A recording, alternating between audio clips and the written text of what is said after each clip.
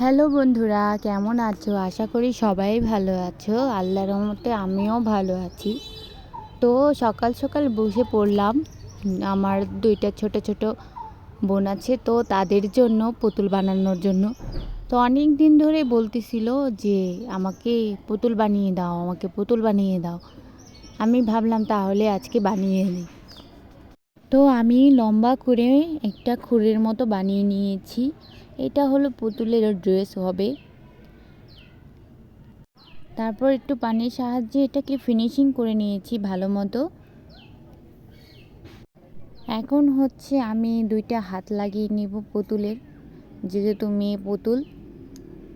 তো দুই পাশে আমি দুইটা হাত লাগিয়ে নিলাম সুন্দর করে, আবার ডিজাইন করে নিলাম, কারণ শুকানোর পরে এগুলো ডিজাইন করা যাবে না, মাটি নরম থাকতে ডিজাইন করে নিতে হবে।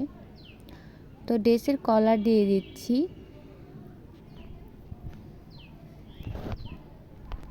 মেয়ে বাচ্চাদের পুতুল যে কী পছন্দ, আমারও ছোটোবেলায় অনেক পুতুল পছন্দ ছিল।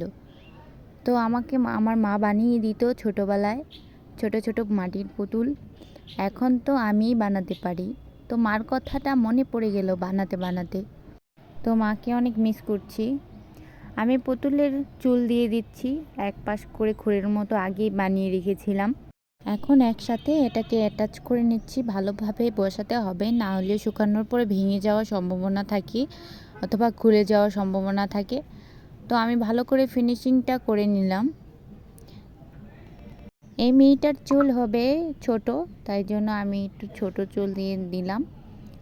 তারপর ওপরে সামনে একটা পাট দিয়ে দিয়েছি। তারপর কিছু আমি ডিজাইন করে নিব এক সাহায্যে। এটাকে আস্তে আস্তে ফিনিশিং করে তারপর চুলের মতো করে শেপ দিয়ে ডিজাইন করে নিতে হবে। আমি যখন মাটির জিনিস নিয়ে বসি আমার অনেক ভালো লাগে, মানে আর কিচ্ছু করতে ভালো লাগে না। মনে হয় সারাদিন আমি মাটি নিয়ে খেলা করি। মাটি নিয়ে খেলা করলে আমার মনটা যে ভালো হয়ে যায়, মানে মন খারাপ থাকলেই আমি মাটি নিয়ে খেলতে বসি। তো আস্তে আস্তে আরেকটা পুতুল আমি বানিয়ে ফেলেছি, এটা হচ্ছে বিনি করা পুতুল। তো এটাও কিছু ডিজাইন করে নিচ্ছি। আমি দুইটা পুতুল বানাবো দুইজনের জন্য, তো দুই রকম করে বানালাম।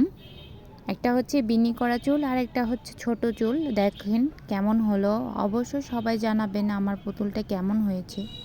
তো কে কে ছোটোবেলায় এরকম পুতুল বানিয়েছেন আমাকে অবশ্যই জানাবেন। দেখেন আমার দুইটা পুতুল কেমন হলো।